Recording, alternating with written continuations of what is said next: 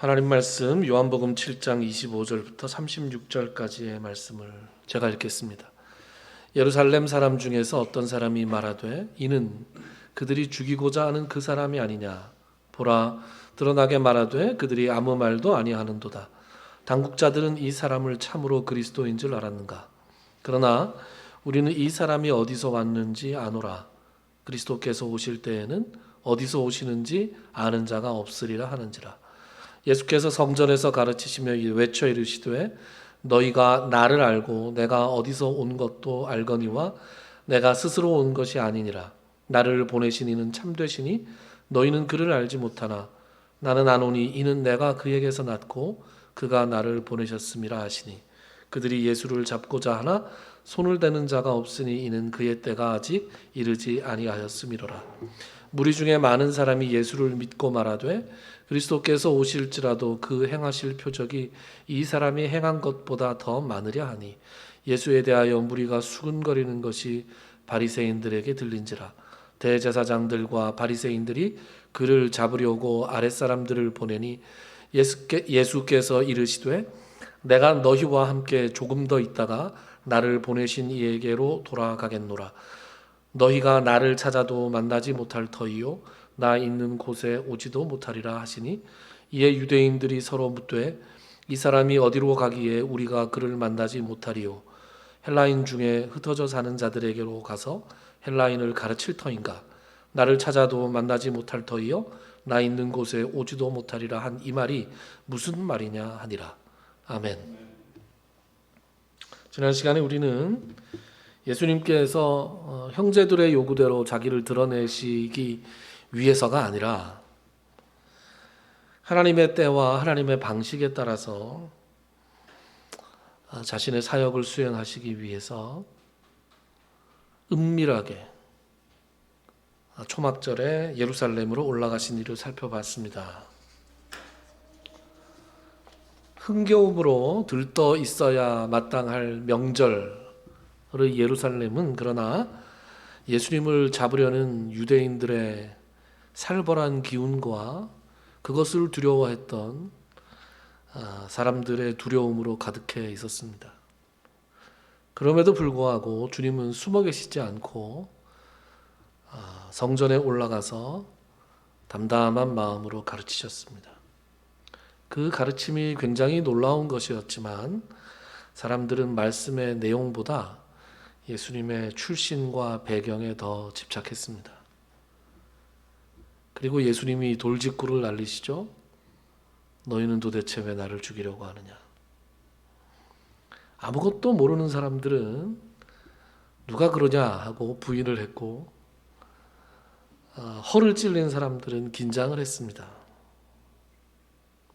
예수님은 너희가 나를 죽이려고 하는 것은 너희들이 정의롭지 못하고 늘 본질보다는 형식에 집착하는 자들이기 때문에 그러하다. 이렇게 지적하시면서 뭐라고 말씀하셨냐? 외모로 판단하지 말고 공의롭게 판단해라. 이렇게 말씀을 주셨습니다. 예수님께서 성전에서 담담하게 또 당당하게 말씀을 가르치시는 것을 보고 누군가가 문제 제기를 합니다. 그것이 오늘 본문의 시작이에요. 25절과 55절부터 27절을 같이 한번 읽어보겠습니다. 시작. 예루살렘 사람 중에서 어떤 사람이 말하되 이는 그들이 죽이고자 하는 그 사람이 아니냐. 보라, 드러나게 말하되 그들이 아무 말도 아니하는도다. 당국자들은 이 사람을 참으로 그리스도인 줄 알았는가. 그러나 우리는 이 사람이 어디서 왔는지 아노라. 그리스도께서 오실 때에는 어디서 오시는지 아는 자가 없으리라 하는지라. 아멘. 예루살렘 사람 중에서 어떤 사람? 이 사람이 누군지 우리가 알 도리가 없습니다. 그러나 이 사람이 하는 말의 핵심이 무엇인지는 우리가 알 수 있죠. 그것은 이 사람이 그리스도가 아니다라는 주장입니다. 문제 제기를 이렇게 하죠. 이 사람은 그들이 죽이고자 하는 그 사람이 아니냐? 여러분, 그들이 누굽니까? 그들은 26절에 당국자들이라는 말로 나오죠. 유대의 종교적, 정치적 지도자들을 의미합니다. 요한복음에는 보통 이 사람들을 유대인들 이렇게 표현합니다. 그 유대인들 그러면 유대의 종교, 정치 지도자들, 대제사장들과 바리새인들, 이 사람들을 의미합니다. 아니, 죽이려고 하는 걸로 알고 있는데 이렇게 공개적으로 이야기를 하는데 26절에 보면 드러나게 말하되, 이것은 당당하게, 담대하게 이야기한다는 얘기죠. 그렇게 얘기하는데 뭐야? 안 잡아가? 그러면 당국자들도 이 사람이 그리스도라고 인정하는 거야? 그리스도인 줄 알았는가? 이 말은 그리스도라고 인정하는 건가? 이게 명백한 도발을 하고 있는 것입니다. 빨리 잡아가라는 의미죠. 빨리 안 잡아가면 당신들도 이 사람을 그리스도로 인정하는 공범이야, 이렇게 얘기하는 거죠. 그리고 나름대로 자기가 이 사람이 그리스도가 아니라고 하는 주장에 근거를 댑니다. 그게 27절이죠. 그리스도는 어디서 오시는지 알지 못해야 된다. 출신과 배경을 알 수 없어야 된다라고 주장을 합니다. 그리스도는 어디서 오시는지 알지 못해야 되는데 우리는 이 사람이 요셉의 아들, 갈릴리 사는 목수인 요셉의 아들이고 그 엄마는 마리아라는 걸 우리가 알고 있어. 우리가 이 사람이 어디서 왔는지 누구 집 아들인지 다 알고 있는데 어떻게 이 사람이 그리스도라는 거야? 긴 말하지 말고 빨리 체포해, 이렇게 얘기하는 거죠.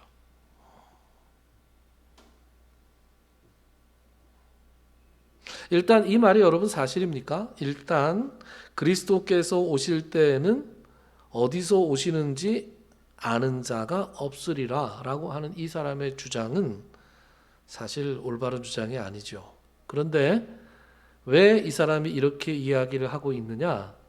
당시에 이렇게 믿고 있던 민간신앙이 있기는 있었다고 해요. 그 민간신앙의 근거가 뭐냐? 말라기 3장 1절입니다. 말라기 3장 1절을 같이 한번 읽어볼까요? 시작. 만군의 여호와가 이르노라 내가 내 사자를 보내리니 그가 내 앞에서 길을 준비할 것이요 또 너희가 구하는 바 주가 갑자기 그의 성전에 임하시리니 곧 너희가 사모하는 바 언약의 사자가 임하실 것이라. 아멘. 자, 이게 말라기는 구약 성경의 제일 마지막 성경이죠. 네.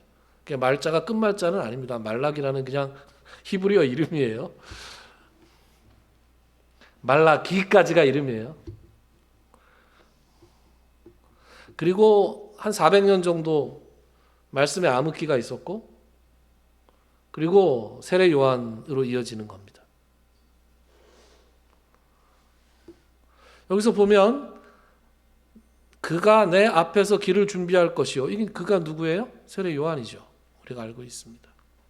그리고 제일 마지막 줄에 나오는 너희가 사모하는 바 언약의 사자가 임하실 것이라. 분명히 메시아 그리스도를 의미하는 겁니다.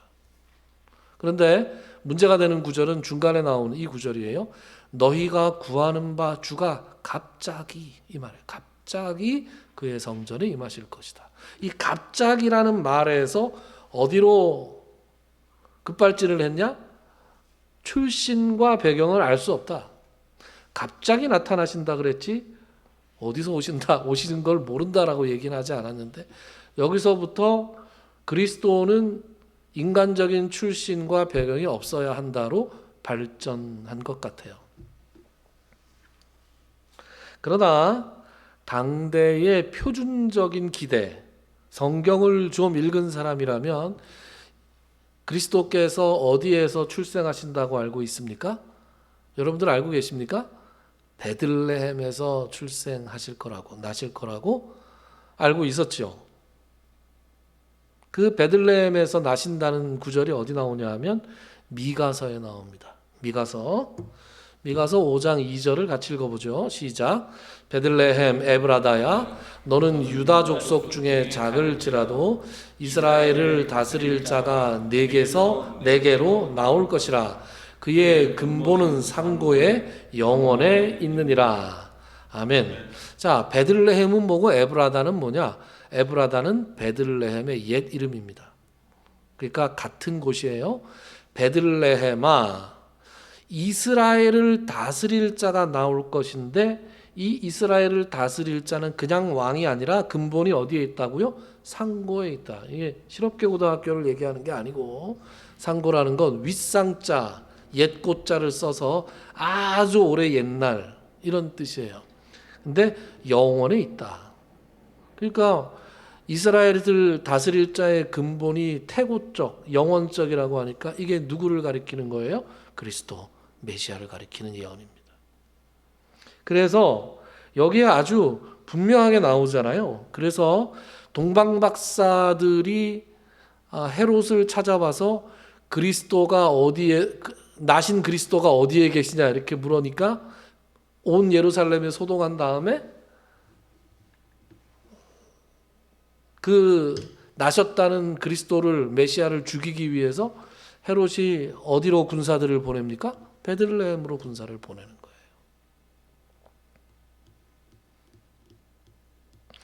요한복음만 봐도 요한복음 1장에 보면 빌립이 나다나엘 보고 우리가 메시아를 만났다.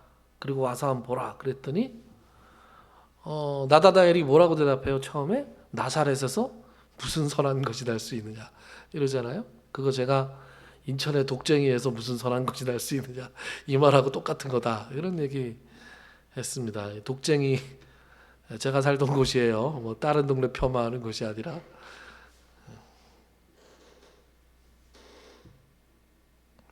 그리고 좀 더 구체적으로는 오늘 우리가 읽진 않았지만 다음 시간에 본문이 될 요한복음 7장 40절에서 43절을 보면 이런 말씀이 나옵니다. 제가 읽어볼게요.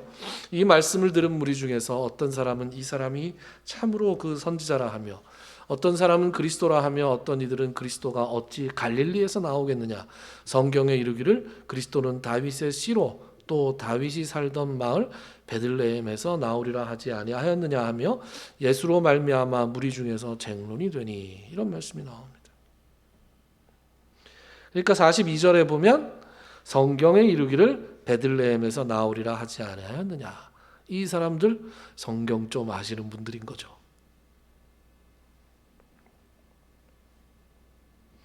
그런데 지금 논쟁이 뭐 이렇게 세미나에서 논쟁이 있는 게 아니라 지금 군중들 가운데 명절을 지키러 온 군중들이 와글와글 모여가지고 이런 얘기 저런 얘기를 하고 있잖아요. 그런 곳에서 성경 좀 읽은 사람 말이 먹힐 리가 없습니다. 그래서 막 아수라장이 돼가지고 여기 43절에 보면 무리 중에서 쟁론이 됐니? 그러니까 사람들이 막 옥신각신 자기 하고 싶은 얘기 다 했다는 겁니다.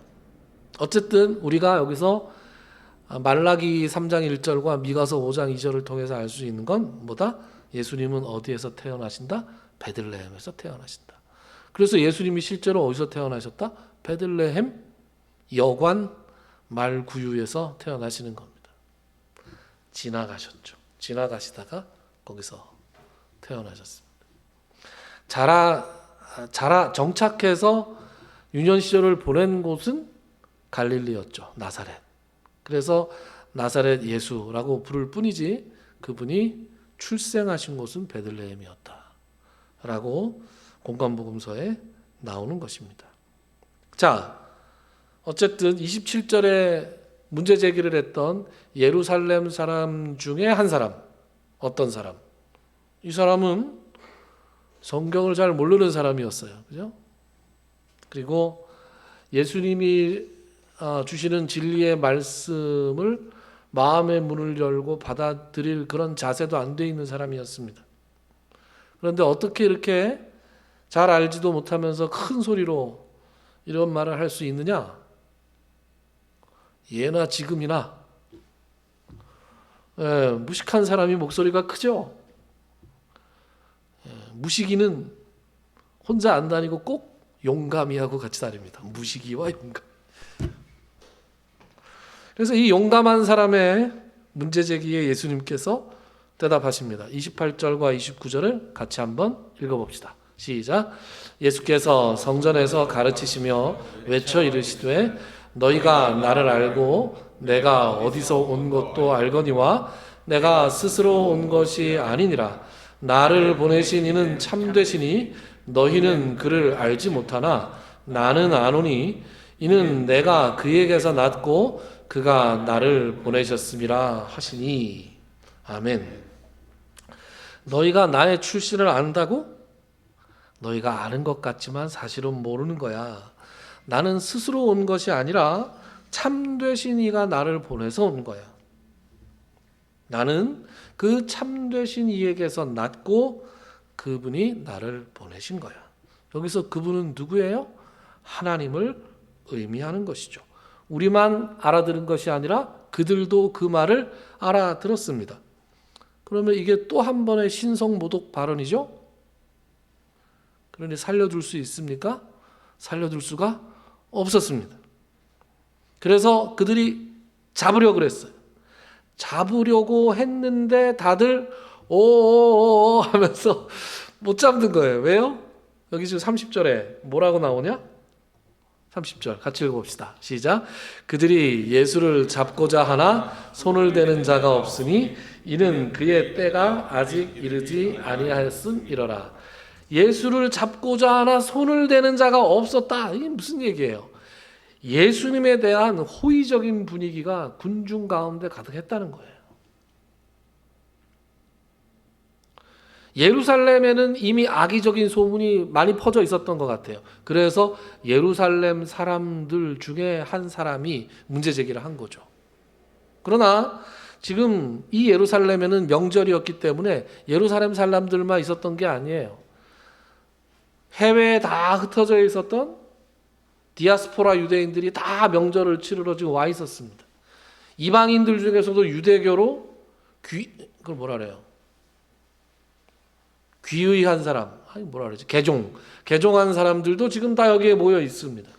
그래서 온갖 사람들이 다 모여 있었고 이들은 예수님의 말씀을 처음 들은 사람들도 많고 그리고 아마 예수님께서 말씀만 전하신 것이 아니라 많은 이적과 병고침 이런 것도 행하셨으리라고 짐작이 됩니다.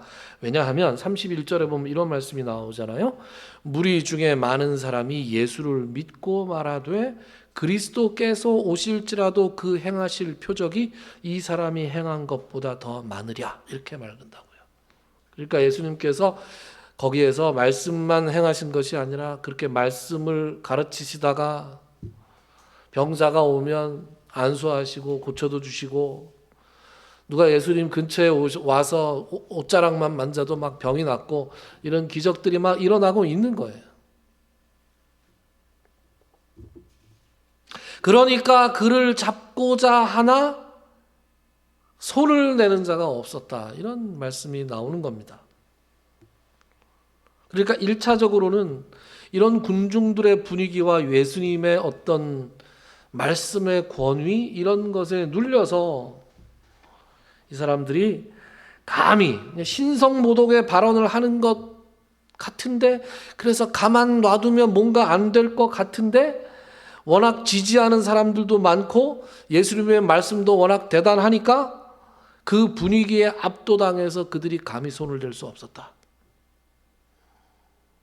그런데 이것은 1차적이고 피상적인 관찰이다. 이렇게 사도 요한은 지금 얘기하고 있는 거예요. 그것이 다가 아니라 잡고자 하나 손을 대는 자가 없었던 이유는 이런 분위기, 정치적이고 뭔가 군중의 눈치를 보느라고 하는 것도 있었지만 그 이전에 하나님의 때가 아직 이르지 않았기 때문에 그들이 손을 대지 못했다. 이렇게 이야기하고 있는 것입니다. 여러분, 하나님의 때라고 하는 것은 사람의 심리, 상황, 소망, 심지어 노력 이 모든 것들 위에 하나님의 때가 항상 존재하는 것이죠. 그 하나님의 때를 받아들이는 게 믿음이다 라고 우리가 알 수 있는 것이죠. 자, 어쨌든 군중들 가운데 예수님에 대한 호의적인 생각이 퍼져나가고 있습니다. 그리고 예수님을 그리스도로 받아들이려는 그런 분위기가 막 생겨나고 있습니다. 그러자 유대인들이 가만히 있을 수가 없었죠. 그래서 이들이 어떻게 합니까? 사람을 풉니다. 32절 같이 읽죠. 시작. 예수에 대하여 무리가 수군거리는 것이 바리새인들에게 들린지라 대제사장들과 바리새인들이 그를 잡으려고 아랫사람들을 보내니. 아멘. 사람을 푼다고요. 아랫사람들을 보냈어요. 이 아랫사람들은 다른 성경에는 성전 경비병들 이렇게 번역하기도 했는데 원문은 그냥 아랫사람들이에요. 그러니까 제가 지난번 설교에서 얘기했던 까만 양복 입고 선글라스 낀 사람들이 이제 대거 풀린 거예요. 용역들. 이런 이제 용역들이 풀렸다는 소문이 제자들을 통해서 예수님 귀에도 들어갔을 것이고, 그래서 그리고 실제로 이 군중들 가운데 뭔가 분위기가 다른 사람들이 하나둘씩 섞이기 시작했습니다. 귀에 뭐 꽂고 신문 보는 척 하는데 이쪽 살피고 있고 막 이제 이런 사람들이 군중들 가운데 보이기 시작했어요. 그러자 예수님께서 뭔가 좀 알아듣기 어려운 그러나 심상치 않은 그런 말씀을 하셨습니다. 33절과 34절을 제가 읽겠습니다. 예수께서 이르시되 내가 너희와 함께 조금 더 있다가 나를 보내신 이에게로 돌아가겠노라. 너희가 나를 찾아도 만나지 못할 터이요 나 있는 곳에 오지도 못하리라 하시니. 지금 당장은 아니지만 결국 저 용역들이 나를 잡아갈 것이다. 그것을 예수님께서 왜 모르셨겠습니까? 저들의 손에 잡혀서 곤욕을 당할 것이고 그리고 나가 십자가에 못 박히게 될 것이다. 그것을 예수님은 알고 계셨고 당신의 때가 다가오고 있다는 것을 예수님께서 느끼셨을 겁니다. 그래서 지금 당장은 아니겠지만 이제 그리 오래 남지 않았구나. 그래서 군중들이 알아들을 것 같기도 하고 알아들을 수 없는 것 같기도 한 그런 말씀, 그 의미심장한 말씀을 하고 계시죠. 너희와 조금만 더 함께 있다가 나를 보내신 이에게로 돌아갈 것이다. 그때는 너희가 나를 찾아도 만나지 못할 것이고 나에게 오고 싶어도 오지 못할 것이다. 여러분, 지금 우리는 이 말씀이 무슨 말씀인지 알고 있습니다. 그렇죠? 무엇을 의미하는지 알고 있습니다. 하지만 그들은 알지 못했습니다. 예수님의 이 말씀이 유대 지도자들에게도 전해지지 않았겠습니까? 보스, 용역들이 보스, 지금 저자가 어디를 간다는데요? 뭐래? 어딜 간대? 글쎄, 자기 찾아도 못 만날 거고 자기 있는 곳에 오지도 못할 거라는데요. 그래서 난리가 납니다.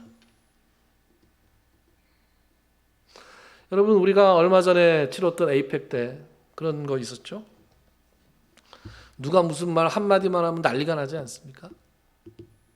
젠슨 황인가요? 젠슨 황이 한국에 오면서 뭐라 그랬어요? 한국 국민을 정말 기쁘게 해드릴 발표가 있을 거라고 기대한다. 그랬더니 막 다들 야, 저 발표가 뭐냐? 난리가 났습니다. 그런데 생각보다 더 어마어마한 걸 던져주고 갔더라고요. 그리고 진짜 승자는, 진정한 승자는 깐부치킨 사장이다. 뭐 이런 얘기를. 아니, 저도 깐부치킨을 찾아봤다니까요. 인천에 지점이 2개밖에 없더라고요. 네, 송도 있고 또 어디 뭐 한 군데 있더라고요. 송도까지 가야 되나? 뭐 이런 생각이 들더라고요. 네, 본점이 용인. 그렇군요. 깐부치킨 한번 가봐야 되겠다. 그런 생각을 했습니다. 우리 대통령이 그 트럼프 대통령하고 마주 앉아가지고 중국을 견제하기 위해서 핵 추진 잠수함 연료를 달라 실시간으로 봤는데 저도 깜짝 놀랐어요. 제가 깜짝 놀랐을 정도로 막 난리가 났습니다, 진짜. 아니 내일 모레 저 중국 만날 건데 어떡하려고 저래부터 시작해서 막 난리가 났습니다. 이렇게 한마디만 하면 난리가 나는 이런 상황을 우리가 지난주에 겪었습니다. 예수님 말씀 한마디에 지금 난리가 나는 거예요. 어디 간대. 그래서 그 난리가 어떻게 났나 35, 6절을 한번 같이 읽어볼까요? 시작. 이에 유대인들이 서로 묻되 이 사람이 어디로 가기에 우리가 그를 만나지 못하리요? 헬라인 중에 흩어져 사는 자들에게로 가서 헬라인을 가르칠 터인가? 나를 찾아도 만나지 못할 터이요? 나 있는 곳에 오지도 못하리라 한 이 말이 무슨 말이냐 하니라. 도대체 무슨 말이냐? 아니 말 자체가 그대로인데 어디 가겠다는 거야? 갈릴리야? 갈릴리 아니겠지. 예루살렘은 지금 이미 와 있고 사마리아야? 사마리아 아니겠지. 그럼 외국으로 간다는 거야? 야 빨리 출국 금지 조치시켜. 그런 얘기가 오가는 겁니다. 외국으로 가면 거기서 뭘 하겠다는 거지? 헬라인들 가르친다는 건가? 디아스포라들, 흩어져 있는 유대인들을 중심으로 해서 나를 찾아도 만나지 못할 거고 내가 있는 곳에 오지도 못할 거다. 이 소리가 도대체 무슨 소리야? 벌써 다 빼돌려 놨단 얘기야? 벌써 은신처가 있단 얘기야? 벌써 요새를 갖춰놨단 얘기야? 별의별 얘기를 다 하고 이제 빨리 서둘러서 이사를 잡아야 되겠다. 그런데 기세가 저렇게 등등하니 어떻게 잡을까? 그런 고민에 빠져 있었습니다. 여러분, 부와 권력을 가진 사람들이 제일 싫어하는 게 뭐예요? 예측이 안 되는 거잖아요. 예측이 안 되는 거.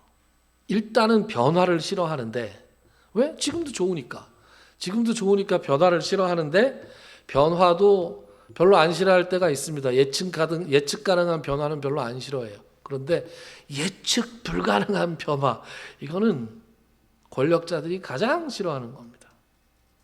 지금 이 사람들이 왜 이렇게 난리가 났습니까? 예수님의 말씀이 무슨 말씀인지 알지를 못해서 예측이 안 된다는 겁니다. 그래서 지금 난리를 치고 이 위험한 자를, 이 입만 벌리면 신성모독을 하는 것 같은 이 위험한 자를 빨리 처리해야 되겠다. 더 크기 전에.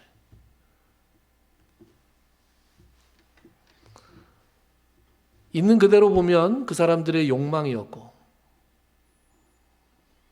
최대한 잘 봐줘봐야 삐뚤어진 하나님을 향한 열심이었는데 어쨌든 그런 것들이 그들로 하여금 예수님을 알아보지 못하게 만들었고 결국 예수님을 죽이는 자리까지, 죽이는 데까지 나아가게 만들었습니다.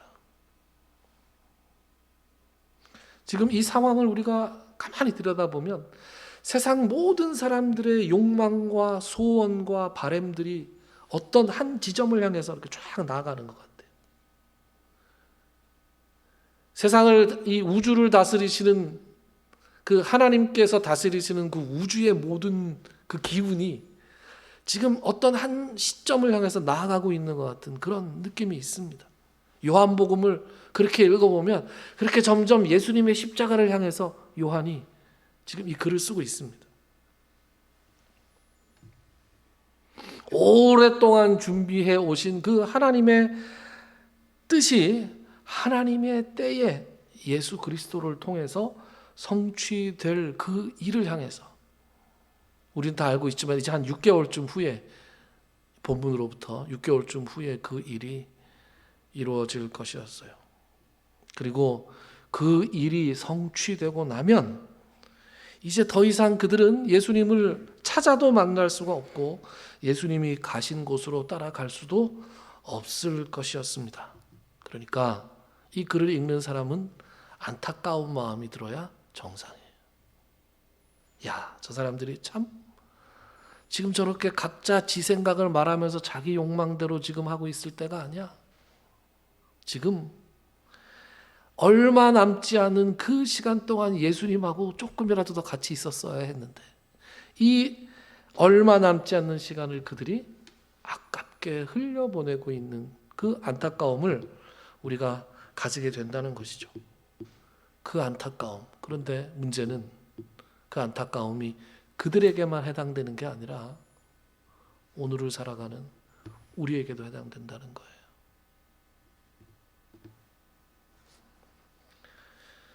여러분, 배움이 많고 적고 또 인생에서 이루어 놓은 것이 있고 많고 적고를 떠나서 이제 이 나이쯤 되면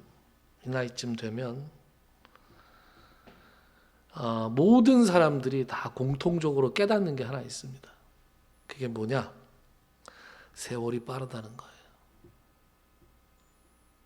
모세가 시편 90편에서 그랬죠. 우리의 인생이 신속히 가니 우리가 날아가나이다. 그렇게 얘기해요. 오늘 본문에 나오는 무리들에게 예수님과 함께 있을 시간이 얼마 안 남았습니다. 그럼 여러분, 우리에게는 얼마만큼의 시간이 지금 남아 있습니까? 우리에게 이 땅에서 하나님의 말씀대로 하나님을 기쁘시게 해드릴 수 있는 삶을 도대체 얼마를 더 살 수 있습니까? 학교 다닐 때 배워서 아는 구절 하나가 요즘 늘 머릿속에 떠오르는 게 있어요. 문자를 한번 써볼게요. 그 주자 아시죠? 주자. 뭘 주제는 거야? 주자학을 창시한 주희라는 주자. 주자의 권학문이라는 곳에 나오는 소년 1호 학란성 이런 글자 있죠. 소년 1호 학란성의 일촌 광음 불가경이라. 소년 1호 학란성 일촌 광음 불가경. 이게 무슨 얘기입니까? 소년은 쉽게 늙고 학문은 이루기가 어려우니 아주 짧은 시간이라도 가볍게 여기지 마라. 이런 얘기입니다. 학문만 이루기 어렵습니까? 우리 신앙생활에도 딱 적용되는 그런 말이에요.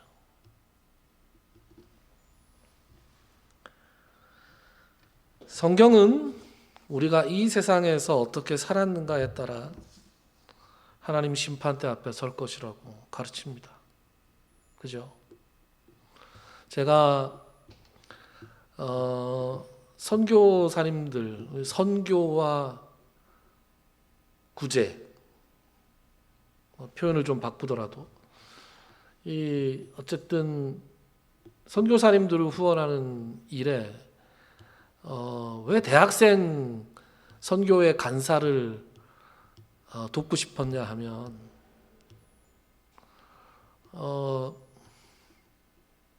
그분들이 교회의 후원에서 가장 사각지대에 있는 분들이기도 하고 또 젊은이들을 대상으로 선교를 하잖아요. 젊은이들을 대상으로 전도를 하는 게 너무 귀하다고 저는 생각을 하는 거예요. 교회를 보십시오. 저 젊은이가 어딨나.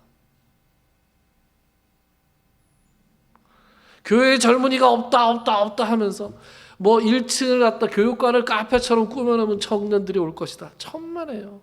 그렇지 않습니다. 그러면 우리 교회처럼 작은 교회가 할 수 있는 일은 청년 사역을 하시는 분을 돕는 것이죠. 저는 그렇게 생각했습니다.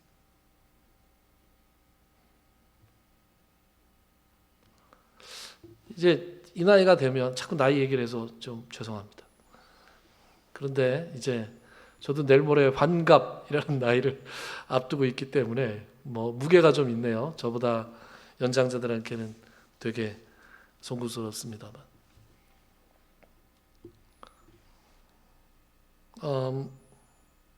제 친구들이, 제 또래의 친구들이 이제 예수를 한번 믿어봐야 되나 이런 생각을 합니다. 왠 줄 알아요? 이제 늙고 힘이 빠졌거든요. 이제 힘이 빠졌어요. 여러분, 젊은 남자들이 제일 예수 믿기 어렵습니다. 왜 그래요? 아직은 힘이 있거든요. 아직 뭐가 될 것 같거든요. 자기 힘으로. 오늘 제가 준비 찬양 때부터 오늘 계속 세월 지나갈수록 의지할 것 뿐일세 찬송했잖아요. 이 나이가 좀 들면 내 힘으로 안 되는구나. 그냥 의지해야 되는 거구나. 그래서 꼭 기독교가 아니라 하더라도 뭔가 종교심이 스멀스멀 이제 올라오는 때가 이 나이대예요. 중년 남자들. 그래서 그렇게 해서 복음에 관심을 보이고 믿음에 대해서 물어보고 이런 사람들이 있으면 제가 기꺼이 대답을 해줍니다. 그리고 가끔 예수를 믿으러 교회에 나오는 사람들도 있습니다. 그런데 말이죠, 그럴 때마다 제가 늘 안타까운 게 뭐냐 하면 조금만 일찍 오지, 그런 생각을 제가 해요. 조금만 일찍 오지. 세월이 이렇게 빨리 가는데 20대 때 30대 때 좀 젊고 좀 힘 있을 때 하나님한테 돌아와서 하나님의 말씀대로 살고 하나님 안에서 귀한 열매를 맺는 삶을 살았으면 얼마나 좋았겠어요. 하나님이 나이 들어서 오면 안 받아주시냐? 양팔을 벌려서 받아주십니다. 그럼 지금 이 나이에 돌아오면 할 일이 없냐? 할 일이 많습니다. 그러나 이 짧은 인생에 조금 일찍 시작했으면 얼마나 좋았겠어요. 여러분, 그런 안타까움이 있지 않습니까? 제가 오늘 말씀을 읽으면서 조금 있으면 너희가 나를 찾아도 만나지 못할 거야, 이 말씀이 그들에게 해당되는 게 아니라 나한테 해당되는 것 같았어요. 조금 더 일찍 하나님의 뜻대로 살았어야 하는데.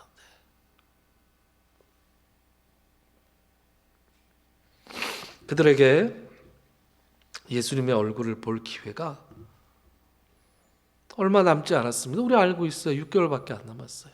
우리한테는 얼마 남았을까요? 우리에게도 하나님의 말씀을 듣고 그 말씀대로 살 시간, 하나님의 일을 할 시간, 하나님과 동행할 시간이 얼마 남지 않았습니다. 너희가 나를 찾아도 만나지 못할 터이요, 나 있는 곳에 오지도 못하리라. 기도합시다.